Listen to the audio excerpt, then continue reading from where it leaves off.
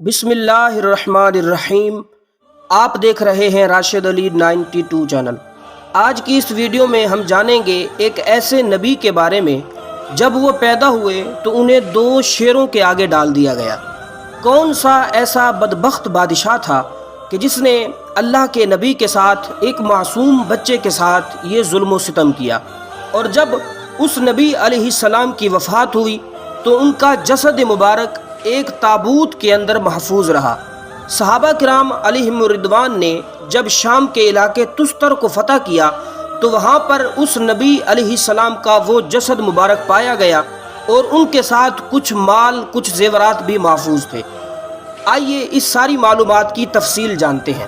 اگر آپ نے ابھی تک راشد علی 92 چینل کو سبسکرائب نہیں کیا تو چینل کو لازمی سبسکرائب کر دیں، ویڈیو کو لائک کر دیں اور کمنٹ بھی کر دیں۔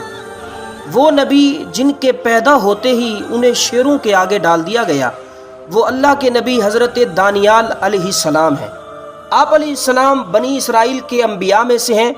جب بخت نصر نے حملہ کر کے بنی اسرائیل کو قتل اور قید کیا تو آپ علیہ السلام بھی قید ہونے والوں میں شامل تھے۔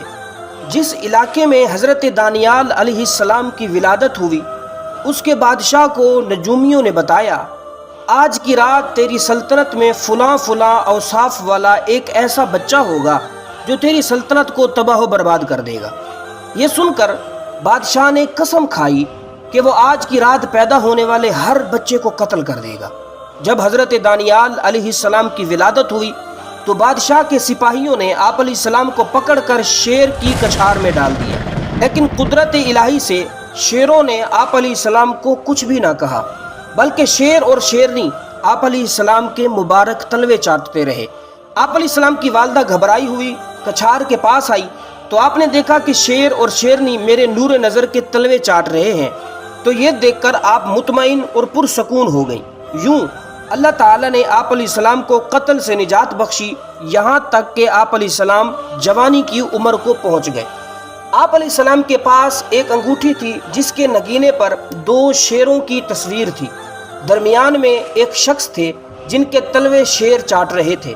وقت گزرتا رہا یہاں تک کہ حضرت دانیال علیہ السلام جوان بن گئے۔ جس طرح حضرت دانیال علیہ السلام کو بچپن میں شیروں کے آگے ڈالا گیا، اسی طرح حضرت دانیال کی جوانی میں بھی آپ کو 2 شیروں کے آگے ڈالا گیا۔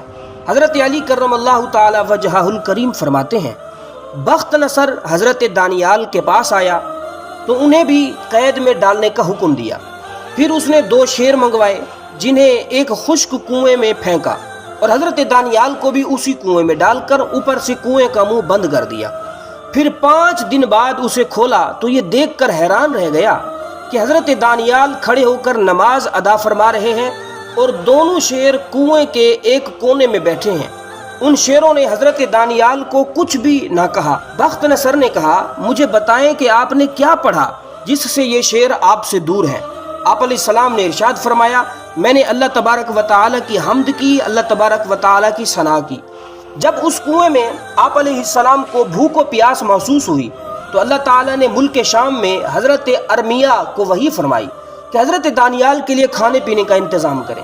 انہوں نے عرض کی کہ اے میرے رب، میں ارض مقدس میں ہوں جبکہ دانیال عراق کے شہر بابل میں ہے۔ اللہ تعالیٰ نے وحی فرمائی، ہم نے جس چیز کا حکم دیا ہے اسے تیار کرو، ہم اسے بھیج دیں گے جو تمہیں اور تمہارے تیار کردہ کھانے پینے کے سامان کو اٹھا کر بابل پہنچا دے۔ چنانچہ جب حضرت ارمیہ علیہ السلام نے کھانا تیار کر لیا تو اللہ تعالیٰ نے ایک فرشتہ بھیجا جس نے حضرت ارمیہ اور آپ کے تیار کردہ کھانے پینے کی چیزوں کو کنویں کے کنارے پر پہنچا دیا۔ گڑھے کے کنارے پر کسی کی موجودگی کا احساس ہوا تو حضرت دانیال نے پوچھا، کون ہے؟ آپ علیہ السلام نے فرمایا کہ میں ارمیہ ہوں۔ حضرت دانیال نے فرمایا، کیسے آنا ہوا؟ فرمایا، مجھے اللہ تعالیٰ نے بھیجا ہے۔ حضرت دانیال نے پوچھا، میرے رب نے مجھے یاد کیا؟ حضرت ارمیہ علیہ السلام نے جواب دیا کہ جی ہاں، آپ کے رب نے آپ کو یاد فرمایا۔ امام الانبیاء نبی کریم صلی اللہ تعالی علیہ وآلہ وسلم نے ارشاد فرمایا، بے شک حضرت دانیال علیہ السلام نے دعا فرمائی تھی کہ ان کی تدفین محمد مصطفیٰ صلی اللہ تعالی علیہ وآلہ وسلم کی امت کرے۔ آپ علیہ السلام کی یہ دعا قبول ہوئی، اور بعد وفات آپ کا جسم پاک صحابہ کرام کے زمانے تک ایک تابوت میں رہا۔ حضرت انس بن مالک فرماتے ہیں کہ جب صحابہ کرام نے تستر کو فتح کیا تو وہاں تابوت میں ایک شخص کا جسم دیکھا۔ وہاں کے لوگ اس تابوت کے وسیلے سے غلبہ اور بارش طلب کیا کرتے تھے۔ حضرت ابو موسیٰ اشعری نے امیر المومنین حضرت عمر بن خطاب کی طرف خط لکھا اور سارا واقعہ سنایا، تو حضرت عمر نے جواب میں لکھا یہ اللہ کے نبیوں میں سے ایک نبی ہے، اور ایک روایت کے مطابق ان کے جسد مبارک کے ساتھ بہت سا مال بھی رکھا ہوا تھا، اور ساتھ ہی یہ تحریر تھا جو بھی اپنی حاجات کے لیے مخصوص وقت تک یہ مال لینا چاہے تو لے لے، مگر وقت پر واپس کر دے ورنہ اسے برس کی بیماری لگ جائے گی۔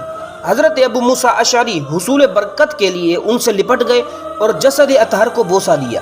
پھر امیر المومنین حضرت عمر فاروق کو ان کے بارے میں ایک مکتوب روانہ کیا۔ آپ رضی اللہ تعالی عنہ نے حکم دیا کہ انہیں غسل اور کفن دے کر ان کی نماز جنازہ بھی ادا کرو اور انہیں ویسے دفناؤ جیسے انبیاء کرام علیہم السلام کی تدفین کی جاتی ہے، اور ان کے قریب سے جو مال ملا ہے اسے بیت المال میں جمع کروا دو۔ چنانچہ حضرت ابو موسیٰ اشعری نے ویسا ہی کیا جیسے انہیں حکم دے دیا گیا۔ تو یہ حضرت دانیال علیہ السلام اللہ کے ایک ایسے نبی ہیں کہ جن کا جسد مبارک صحابہ کرام علیہم رضوان کے زمانے تک محفوظ رہا۔